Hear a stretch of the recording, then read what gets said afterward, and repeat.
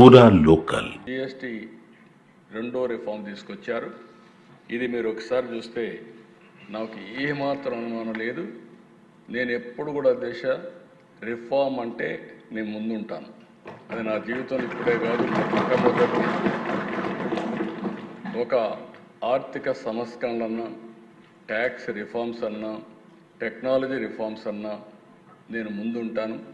చాలాసార్లు ఒక విషయం చెప్పాను, మనందరం గుర్తుపెట్టుకోవాల్సింది, అభివృద్ధి జరిగితే సంపద సృష్టించబడుతుంది.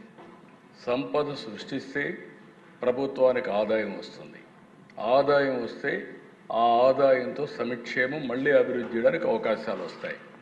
మొన్న ఢిల్లీ మీటింగ్లో కూడా నేను చాలా స్పష్టంగా చెప్పాను, ఎవరైతే సంపద సృష్టించలేరో వాళ్లకు సంక్షేమం ఇచ్చే అధికారం కూడా లేదు. అప్పులు చేసి సంక్షేమ కార్యక్రమాలు ఇస్తే అది సస్టైనబుల్ కాదనేది నా ప్రగాఢమైన నమ్మకం. నా సుదీర్ఘ రాజకీయంలో ఇదే ప్రాక్టీస్ చేశాను. అందుకే ఈ రిఫార్మ్ వస్తే మా ఫైనాన్స్ మినిస్టర్ గారు, మా ఫైనాన్స్ సెక్రటరీ గారు అందరూ వచ్చి, సార్ మనకు నష్టం వచ్చేస్తుంది, చాలా ఇబ్బందులు వస్తాయి, ఆర్థికంగా ఇబ్బందులు పడతామంటే, ఆర్థిక ఇబ్బందుల తర్వాత ఫస్ట్ దేశం రాష్ట్రం ముఖ్యం. మనం అంతా కూడా లాంగ్ టర్మ్ రిఫార్మ్ చూడాలి.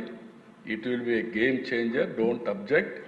ఫస్ట్ మీరు వెళ్ళి సపోర్ట్ చేయమని చెప్పిన వ్యక్తి నేనని చెప్పి కూడా నేను ఆ పని చేశాను. అయితే దిశ దీంట్లో సైలెంట్ ఫీచర్స్ ఒకసారి చూస్తే మనం నెక్స్ట్ ఈరోజు వచ్చిందంతా కూడా, ఇంత మునుపంతా కూడా ఒక కాంప్లెక్స్ కానీ 4 టైర్ సిస్టమ్ ఉండేది.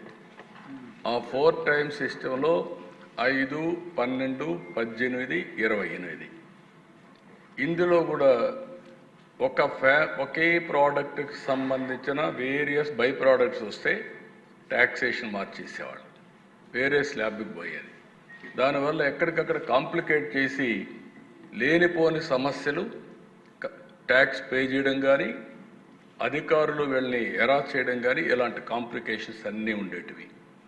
ఈరోజు చాలా సింపుల్గా 5 టైర్ స్ట్రక్చర్ని 2 స్లాబ్లు 5, 18 దీనివల్ల 140 కోట్ల మందికి నాకు ఏమాత్రం అనుమానం లేదు, ప్రతి ఒక్కరికి లాభం కలుగుతుందని మరొక్కసారి ఘంటాపదంగానే మీ అందరికీ విజ్ఞప్తి చేస్తున్నాను.